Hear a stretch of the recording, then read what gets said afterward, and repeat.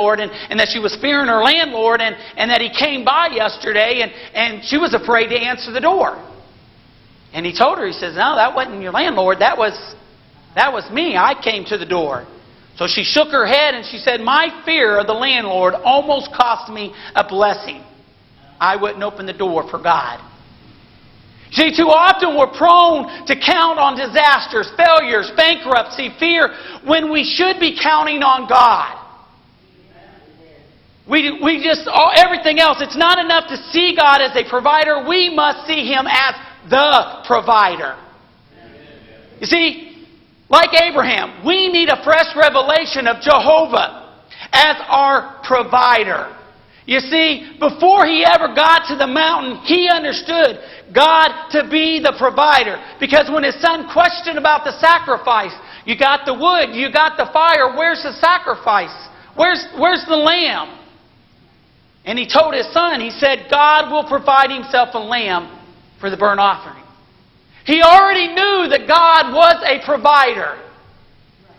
But how many of you know that what we need is not merely a mental understanding of God, but we need a revelation of God?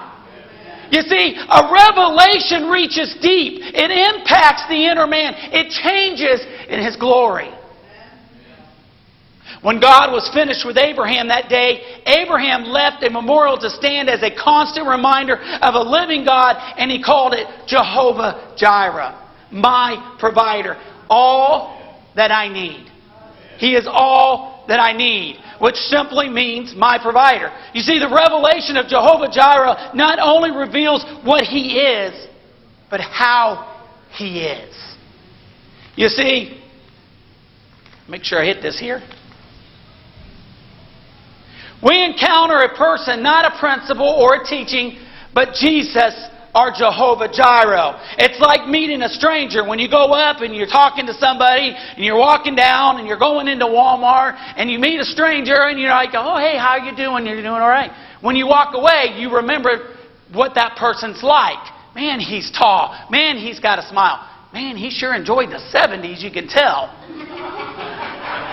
Whatever it is. Oh, he's the nicest person. He was kind of rude, or she was kind of rude, or she was kind of nice, or she was really... But there's something there that you always remember about the person. Maybe not big, but there's something about him. When you meet him again, you're like, oh, I remember a person. That was some guy that's always smiling. Or, yeah, that's the person that has that cute little girl, or whatever it is. You see, we lose sight of just the end result, but we see Him for all He is. We see Him not the provision, but the provider. See, in it we discover the nature of His provision. As much in power how He does something as in what God accomplishes. You see, this kind of revelation won't leave us with a shallow understanding of His provision. We walk away in awe of His perfectiveness and of His provision from every angle. Just like a diamond from every angle. And a perfect diamond from every angle you can see it.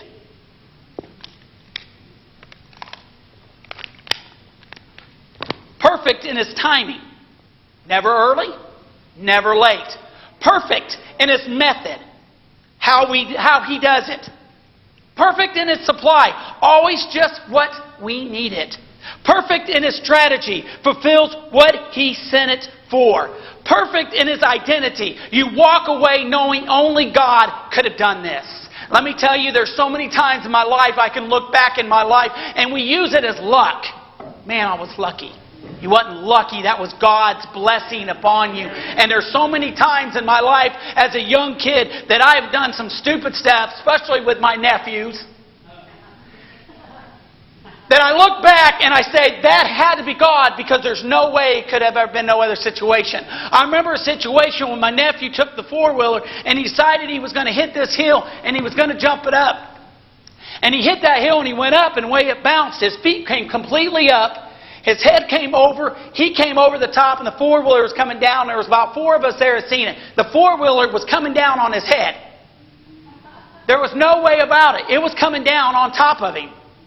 And it was like the hand of God came over and moved it over, and it hit beside him instead of on him. And every one of us looked at each other and we said, that was God.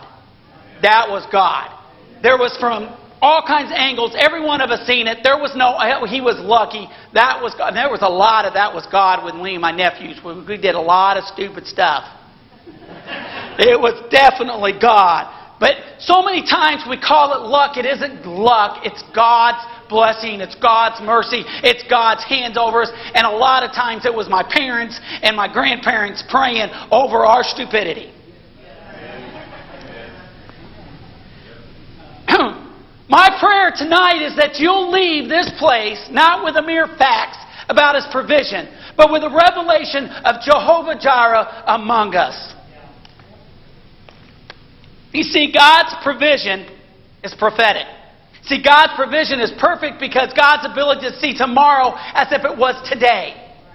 You know, God is just not just today and then again tomorrow. God is everywhere all the time and everything. He knows everything. Jireh holds a twofold meaning, both to provide and to foresee. See, this meaning is suggested in verse 14, when he says, and Abraham called the name of this place Jehovah Jireh. As it is said to this day, in the mount of the Lord it shall be seen. You see, Abraham was saying in this declaration, because God saw it yesterday, His provision is seen today. He provides before there's ever a need. That's how awesome our God is. That's the whole, He's all I need. I mean, think about it. Where did the lamb come from? Where did the lamb come from? A few days before Abraham had reached the mountain, a shepherd lost a ram. Okay. It could have been a lamb lost. A perfect ram. One that met all the qualifications for a sacrifice to a holy God. That is very sacred. When they kept them sheeps all together, man. Them sheeps was worth a lot. Them sheeps was something big. You don't let the perfect sheeps out of your sight. But all of a sudden one appears. A perfect ram out of nowhere. What others may see as mere chance, we know it as God preparing a way. It had nothing to do with luck. It's all I need. Before man was ever shaped from the dust of the earth, God had already provided a sacrifice for our sins. The lamb slain from the foundation of the world. He knows what you need tomorrow, and He's already prepared the provision. He's all I need. I don't need to worry about tomorrow. He's got it. I don't worry about next week. He's got it. I don't have to worry about it. I am all you need. Often He provides before there's ever a prayer. See, Abraham hadn't made a single request to God. I don't believe he even knew how to pray in this situation. How do you pray in this situation? God says, hey, take your son, go up there, I want you to sacrifice him. How do you pray about that? Sometimes you just don't know how to pray or what to pray for. But you see, He's all we need. And God doesn't withhold His provisions because of our ignorance. But like a loving Father will often surprise us with exactly what we need. You know, the Scripture says, and Pastor Chris said it this morning, he said, in the Scriptures, it says, He shall supply all our wants. Oh, it wasn't once? Needs. All our needs. Some people get that kind of confused there. They think it's wants. They think God's this genie. I'll rub it and I'll get whatever I want and then I'm done with Him. I got what I wanted, I'm done. But God is all we need. I believe that God can even hear tomorrow's prayers today. Because it says it in Isaiah 65:24, and it shall come to pass that before they call, I will answer. I will answer before you even call. He knows what you need before you even need it. He knows what you're going to need before you even start going through the trials, before you start going through the problems, before everything starts falling apart. He already knew that it was about to fall apart. He's already got everything ready to help you through that. I am all you need. But let me say, don't stop praying. God still desires to hear our voice. He still desires. That's how we communicate. That's how we get close to Him. You see, is when we talk to Him. So we don't stop praying. But don't be surprised if He's already taken care of it. See, God's provision is also productive. God will often take us through a process that will bring us to our provision. A process that changes us. Now that's a scary word for some people when we talk about change. Some people don't like to change. I've known some people that they just don't like change. And some of them are at my work. And sometimes it can get pretty frustrating because the method don't work no more. But the process that will change us, we're blessed by how the provision comes to our lives. Often more than the provision itself. Faith and revelation. Everything God gives to us comes with a higher purpose. Abraham wasn't ready for the provision until he had to change by the process. On the way to our provision, we'll become worshipers. See, with that, Abraham made it clear to everyone. When he did it, he said, I'm going up to the mountain, I'm going to go worship. He told them. He had everything ready to go, and he went up there to go worship. You see, the sacrifice wasn't an act to appease an angry God of the Jews. You see, it was an act of worship and adoration. See, are we willing to worship God before the provisions in our lives? Do we wait until the blessing comes? Or do we just worship before it even comes? Too many times we want to worship after everything goes good. I can't worship now. I'm too worried. I'm too stressed. I'm too upset. I just can't worship God. When God says, if you just worship me, I've already got it under control. I am all you need. Amen. Don't worry about it. Just worship me and I've got it. In reality, worship the blessing instead of worshiping the blesser. How do you handle the lean times, the disasters, and the loss? Those that know the security of His provision aren't afraid to worship Him beforehand. See, John Wesley's father, Samuel, was a dedicated pastor, but there was those that didn't care a whole lot for him.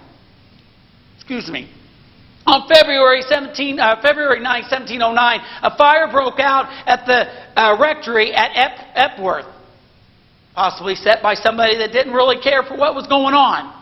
Young John, not yet 6 years old, was stranded on an upper floor of the building. Two neighbors rescued the lad just seconds before the roof crashed in. One of the neighbors stood on the other's shoulders and pulled the young John through the window. Samuel Wesley said, "Come, neighbors, let us kneel down. Let us give thanks to God. He has given me all my 8 children. Let the house go. I'm rich enough." John Wesley often referred to himself as the brand plucked out of the fire. In later years, he often noted February 9th in his journal and gave thanks to God for His mercy. Samuel Wesley labored for 40 years and saw very little fruit, but considered what his family accomplished. Let me ask you, does your children know that your confidence is in Jehovah Jireh even when you suffered a loss?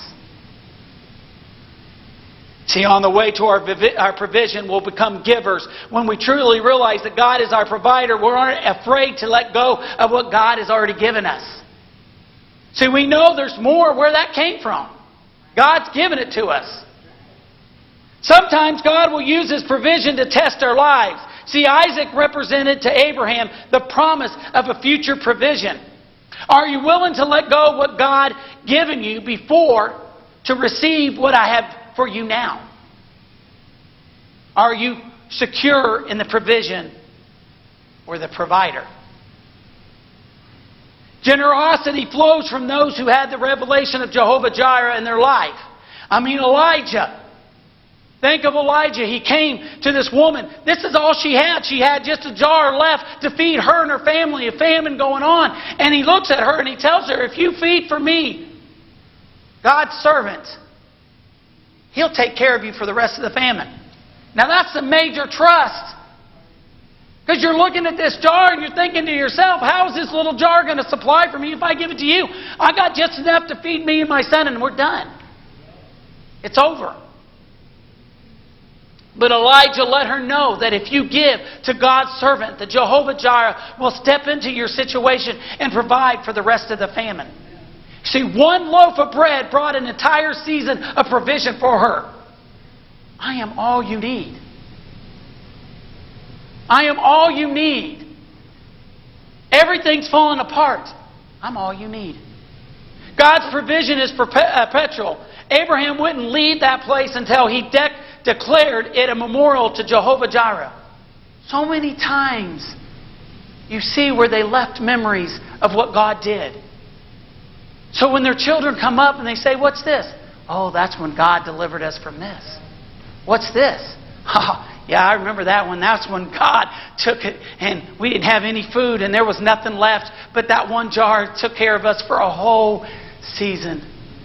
What's this? Oh, that's when the water just opened right up and we got to walk on dry land. Amen. Dry land. Somebody's like, oh yeah. Some person said, I remember there was a thing somewhere I read or heard that they were talking about that. Well, you know, that really wasn't that deep there. Okay, there's two things about that that's still so awesome. Number one, okay, maybe it wasn't that deep, but it does say it was dry land. Number two, it's pretty awesome. It wasn't that deep, but he ended up drowning the whole Pharaoh army.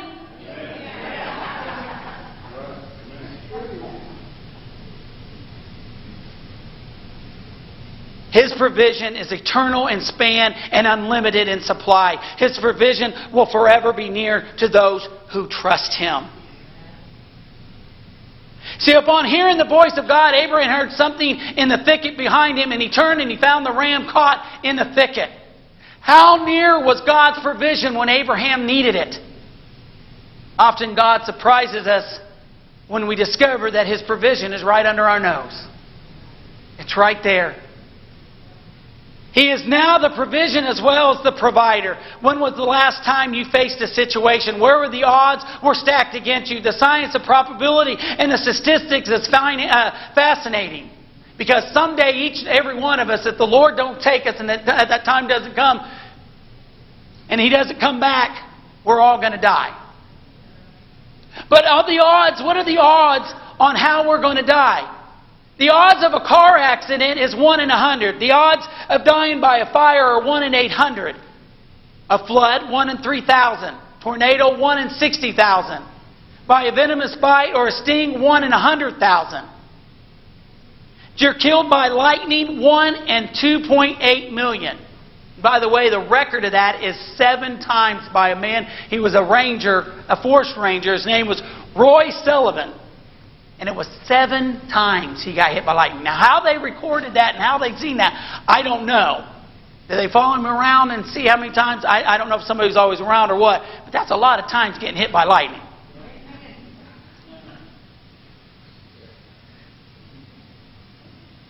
But the odds that you will die by food poisoning are 1 in 3 million. But knowing how some of the bachelors cook, that could be odds a little higher. Has there ever been a time in your life when you felt like everybody and everything around you is against you? What do you do when you're facing insurmountable, overwhelming odds? As the Israelites grew in a relationship with God, the names of God changed. And here it's changed again in Exodus 17, and the Israelites are attacked by the Amalekites. And I don't know if you know the story, but every time when Moses' arms were lifted, they were winning the battle. But they started getting tired, and they would drop, and they'd start losing. So they had to get some other people, and they came, and they held up his arms until Joshua and them, they won the battle. They fought, and they fought. After winning the battle, Moses built an altar there again. Built an altar and called it Jehovah Nissi. Here again we see where it's another reminder of what God has done. But I started reading about that, and I was talking about God, the provider, but I was reading about all the I ams, and it was talking about this one, and it kind of struck me a little bit there, and it kind of, I want to throw this in here because it's kind of interesting. But what does the Lord my banner really mean? See, the Hebrew word nisi comes from the word nes, which means standard, and it is a derivative of a Hebrew word which means to lift up. I mean, what does the Lord my banner really mean? It is talking about the fact that when we get into trouble, what is it that we lift up? That's right. Banners reveal identity and our rally point for the people. The name of the Lord my banner really means God, our defender. In saying that God is our banner, we mean that God is the one we trust to defend us when times get tough, when everything's falling apart, when everything seems to be collapsing. We lift up our banner. We lift up our banner and we say, He is all I need. Trust God to help you. You see, the fruit of the fervent prayer is not that God will hear you, but that you will ultimately hear from God. See, the last part of that verse in 12 says, our eyes are upon you. When life seems impossible, then take your eyes off the problem and focus on God. You see, if you ask most people, and they're going through circumstances, and they're having problems, and you know, when you ask them, you go up, how are you doing? I'm doing pretty good. I'm doing okay under the circumstances. What are you doing under the circumstances? Who put you under the circumstances? Don't get underneath the circumstances. Get on top of the circumstances. You see, circumstances are like mattresses. If you get on top, you rest easy. If you're underneath, you're going to suffocate. If you look at the world, you are distressed. If you look within, you'll be depressed. But if you look at Christ, you will be rest. I am all you need. If the musicians want to come and start playing something as I finish up. .747's coming down, and we're getting ready to take off. And I decide, okay, I want to help this plane take off. I need to help this plane. So I'm in the plane. And I begin to try to help this plane, and I'm starting to flap my arms, trying to get up, and I'm going, and I'm flapping, and the flight attendant, she comes back, she goes, sir, what are you doing? I'm trying to help the pilot get this plane up in the air. So, well, sir, you don't have to do that. Yeah, I have to do this. I got to help this pilot. I got to help him. She comes, sir, you don't have to. Just relax. Just relax and let the force. I can't do that. I can't trust. I got to try. I got to try to help this pilot. My arms are starting to get tired. Plane's starting to take off. Snow's starting to get tired. My arms start to collapse. I can't do no more. Guess what? Plane's taking off. I can't do it anymore. I need to stop trying and just start trusting. You see, God has brought some of you here tonight so He could say this to you, and I hope you're listening. You can stop flapping your arms. The battle's not yours, it's God's. So many times we feel we have to do, but God says, trust me. I'm all you need. Tonight, I don't know what you're going through. I don't know the problems. I don't know the struggles. But I will tell you this, and I'll be straight honest with you. A lot of times my servant God's given to me because He's dealing with me too.